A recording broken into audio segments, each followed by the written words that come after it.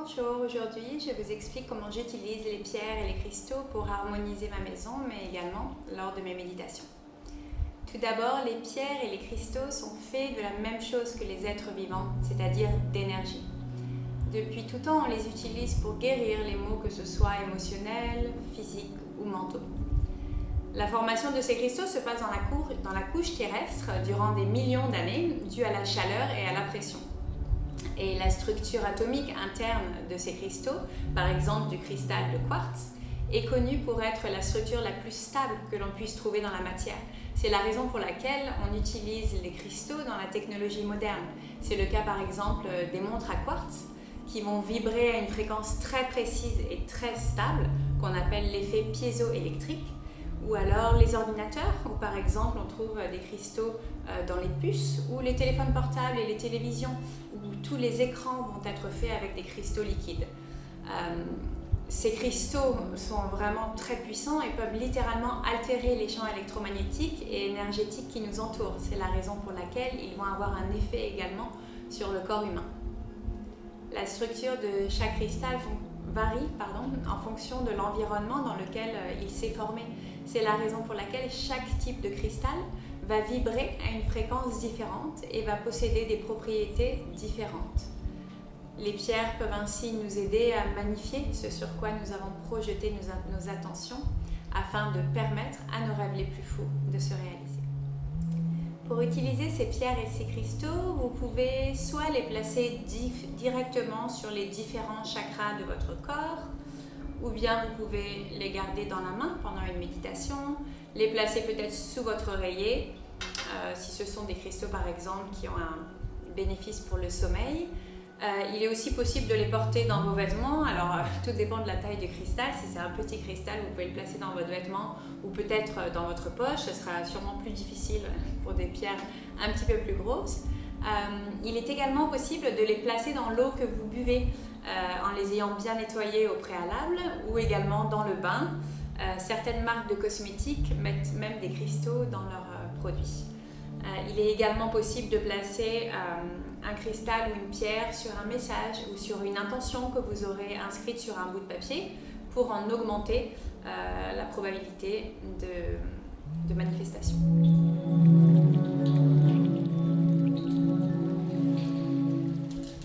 Une de mes pierres préférées est l'améthyste, qui est cette pierre-ci, violette. J'en ai plusieurs ici. C'est une pierre assez commune puisqu'on la trouve en grande quantité dans le monde, mais qui est très puissante. C'est la pierre de l'intuition, de l'inspiration, des idées, des solutions. Elle peut également vous aider à trouver de la clarté et vous protéger contre les énergies négatives et notamment le stress. C'est une pierre qui est beaucoup utilisée pour l'anxiété. Cette pierre est très puissante, on peut l'utiliser durant les méditations parce qu'elle nous aide à nous connecter au divin. Elle peut également nous apaiser, nous calmer et nous soutenir en période de stress. Vous pouvez soit porter l'améthyste sur vous, c'est pour ça qu'il existe aussi certains bijoux avec des améthystes, et ça vous permettra de trouver plus facilement le sommeil. Vous pouvez la placer également sous votre oreiller pour lutter contre les insomnies. Elle peut vous procurer une sensation de détente. Vous pouvez également la garder dans la main pour vous endormir le soir, ou la placer sur votre troisième œil pour des méditations dans le but de développer votre intuition.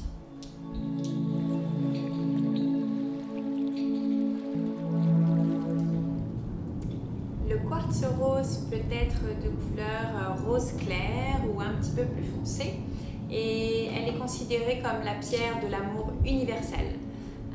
Elle est très esthétique, elle est liée au chakra du cœur qui est votre quatrième chakra, et permet de s'ouvrir à l'amour sous toutes ses formes. Ça peut être l'amour de soi-même, l'amour de la famille, un amour romantique ou platonique. On peut utiliser le quartz rose, par exemple, pour faire régner une ambiance harmonieuse chez soi, pour faciliter une bonne relation entre les occupants de la demeure. Il suffit juste de placer, par exemple, un beau quartz rose chez vous. Vous pouvez utiliser le quartz rose également pour le sommeil, en le plaçant sous votre oreiller ou en le gardant dans la main pour vous endormir. Le quartz rose peut également être utilisé pour développer la sensibilité intuitive et divinatoire. Donc vous pouvez l'appliquer également sur le chakra du troisième. troisième œil. Vous pouvez frotter aussi ce quartz rose sur le front en cas de migraine, puisque ça va être une pierre qui va aider pour la migraine.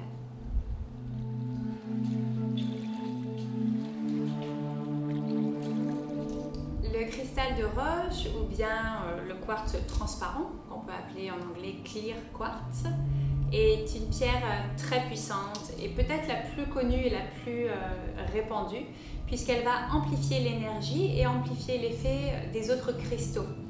Elle peut être utilisée aussi sur tous les chakras du corps. Vous avez également la possibilité de programmer cette pierre. Donc vous pouvez par exemple la tenir dans votre main non dominante. Donc si vous êtes droitière, tenez-la dans votre main gauche et prenez quelques respirations profondes. Ensuite, vous pouvez demander au cristal de vous aider à vous libérer par exemple de la négativité avec une méditation très simple. Vous placez la pierre dans votre main non dominante et vous répétez « Mon intention est de me libérer de toute l'énergie négative et de tout ce qui ne me sert plus. Avec l'aide de ce cristal, j'attire la lumière, l'amour et la protection, que ce soit ainsi. » Ce cristal sera ainsi programmé avec votre intention et continuera à vous assister. Vous pouvez le porter sur vous ou le placer dans un endroit où vous pourrez le voir souvent. Le cristal transparent ou le cristal de quartz réceptionne l'information, mais également l'émet et l'amplifie. C'est pour ça que je disais qu'il va amplifier l'énergie des autres cristaux. Donc si vous le placez par exemple sur une table de méditation autour de cristaux, il va augmenter l'énergie de chacun de ces cristaux. Vous pouvez le porter sur vous, par exemple pour amplifier l'énergie de votre corps, ou également pour vous connecter au plan plus spirituel et plus subtil lors de méditation. Le cristal de roche a également la faculté d'éclaircir le mental et de voir au-delà des choses.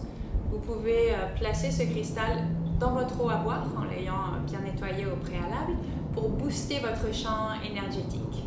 Il est aussi possible de le placer sur le corps à n'importe quel endroit pour soulager les douleurs.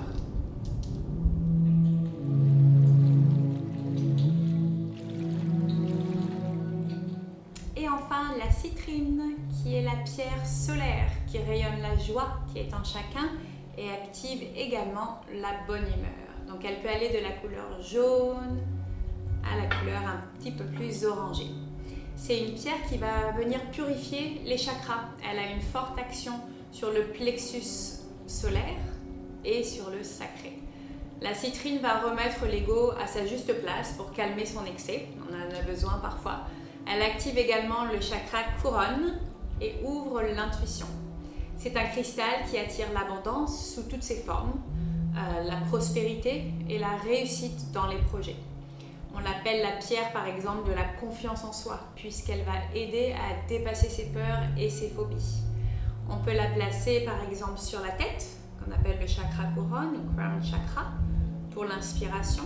Vous pouvez la placer sur le plexus solaire, ici, sur le plexus solaire, pour la joie et la confiance en soi. Vous pouvez également la mettre sur votre porte-monnaie ou par exemple sur une boîte que vous auriez où vous rangez toutes vos économies, puisqu'elle va pouvoir amplifier cette prospérité et développer cette prospérité.